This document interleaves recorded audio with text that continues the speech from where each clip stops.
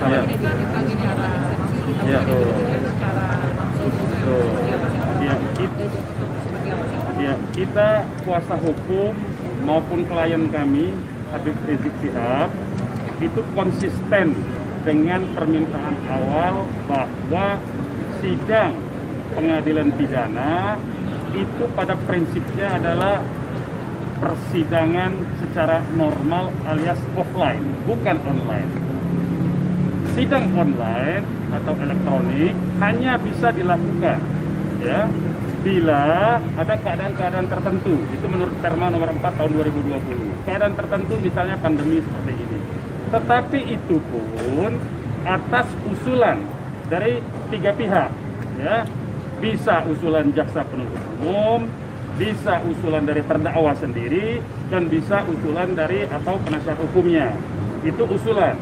Dan majelis hakim mempertimbangkan usulan itu. Jadi sebetulnya persidangan awal harus terlebih dahulu ditentukan secara offline.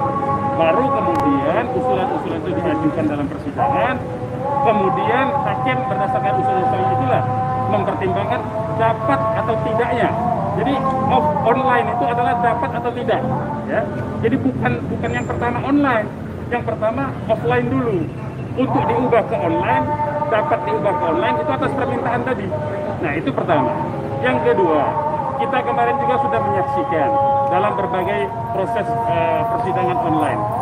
Seringkali audio visual, ya, terutama menyangkut audio itu suka terputus.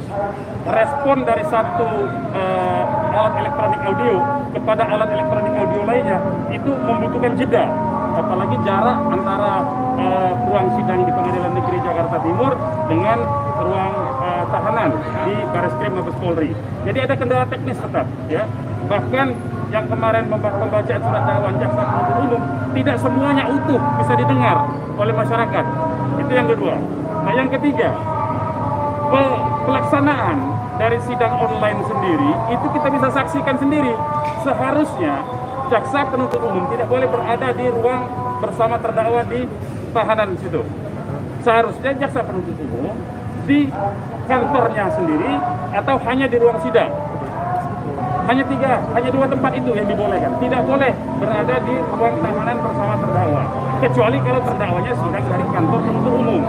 Nah, jadi sudah banyak sekali pelanggaran-pelanggaran yang terjadi. Bahkan dengan permanya sendiri itu dilanggar. Nah, karena itu supaya pelanggaran hukum ini tidak makin menjadi-jadi, supaya kezoliman terhadap Habib Rizik, supaya hak-hak Habib Rizik tidak makin banyak yang hilang, maka kita meminta dan Habib Rizik meminta untuk persidangan dilakukan secara normal alias offline. Jadi itu permintaan kita tadi. Nah, karena jaksa penuntut umum terus menyangga, tadi kita mengusulkan karena ini juga waktunya sholat, makan ya, maka kita mengusulkan di break dulu, dijeda, ditunda, diskor artinya, dan kita lihat nanti setelah ini apakah majelis hakim mengakomodir permintaan dari terdakwa. Saya kira itu yang bisa kita sampaikan. Eksepsi hari ini itu poin penting apa sih? Poin-poin penting kita banyak ya. Jadi pertama kita menasehati kepada semua masyarakat Indonesia maupun penguasa Indonesia. Nasihat kita itu adalah bahwa jangan sampai kekuasaan yang zolim diikuti dan diagung-agungkan. Kezoliman itu harus dihentikan. Itu nasihat pertama. Yang kedua, sudah terbukti di akhir zaman ini Rasulullah SAW itu sudah memberi kabar bahwa akan ada penguasa-penguasa zolim atau orang-orang yang disebut ruwaibido. Ruwaibido itu adalah orang-orang bodoh tapi mengurus urusan umum. Itu kita ingatkan. Kenapa kita ingatkan?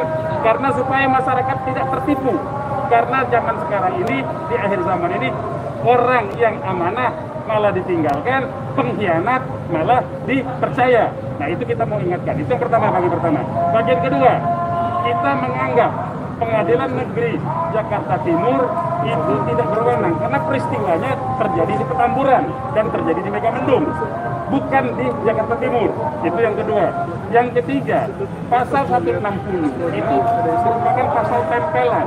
Tidak bisa pasal itu diterapkan kepada pelanggaran prokes. Itu yang kedua. Yang ketiga, ini perkara nebis in idem. Kenapa nipis ini idem? Habib Rizik dan panitia pelaksana Maulid Nabi itu sudah membayar 50 juta. Tidak pernah ada orang di Indonesia yang melanggar prokes membayar sebesar 50 juta, tidak ada. Ya. Nah, jadi kalau ini masih tetap diproses, ini nebis idem namanya. Ya. Dan pasal 160 itu adalah pasal yang mestinya diterapkan kepada peristiwa kejahatan. Sementara pelanggaran prokes itu pelanggaran, bukan kejahatan.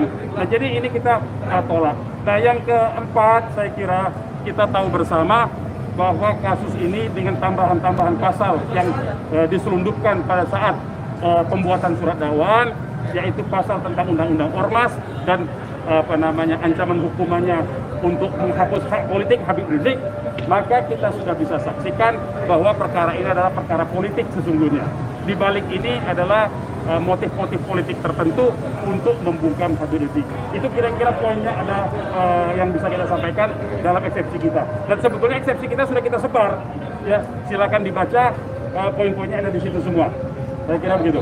Bang, tadi dikonfirmasi 50 juta tadi itu maksudnya yang ketika membayar dibayar kepada pelaksana dari penegak aturan prokes itu adalah Pemprov DKI.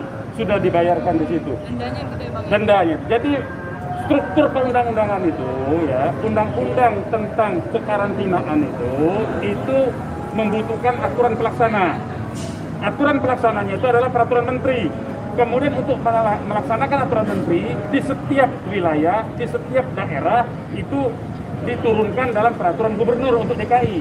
Peraturan gubernur DKI menyebutkan apabila terjadi pelanggaran prokes sebagaimana pasal 93 itu, maka hukumannya denda. Ya, dendanya maksimal 100 juta.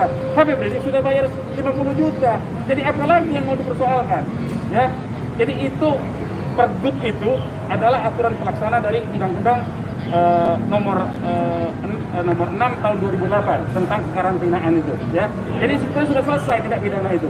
Bang, sama satu lagi Bang, mau konfirmasi soal kan ada 3 dakwaan Bang, salah satunya itu adalah yang berita bohong Bang, yang soal Itu rumah sakit Umi. Nah, tanggapannya apakah memang pada saat dikonfirmasi positif kemudian Habib menyatakan dirinya baik-baik saja? Jadi begini, saya mau katakan faktanya ya. Soal kabar bohong itu tidak ada. Begini, Habib Rizik itu baru dites menjelang, saya lupa tanggalnya, tapi struktur peristiwanya begini, konstruksi peristiwanya itu. Hasil tes Habib Rizik itu belum keluar, masih di dalam lab. Kemudian ada pertanyaan oleh pihak lain. Karena hasil labnya belum keluar dan Habib Rizik waktu masuk belum tidak terkena COVID, maka Habib Rizik menyatakan dia tidak kena COVID. Paham ya? Jadi itu konstruksi peristiwanya. Jadi pernyataan Habib Rizik pada saat itu berdasarkan sebelum hasil labnya keluar. Sehingga sebelum hasil lab keluar itu yang membuktikan bahwa Habib Rizik tidak berbohong. Dia tahunya itu tidak kena COVID. Begitu. Baru kemudian setelah Habib Rizik di rumah, hasil labnya keluar. Dan tidak ada lagi pernyataan setelah itu. Ya, jadi itu patut dicatat tuh fakta itu. Jadi kalau dianggap menyebarkan berita bohong, yang membuat dakwaan lah yang menyebarkan berita bohong, memutarbalikkan fakta. Ya, itu ya. Ada lagi. Kemarin kan Ya salli wa sallim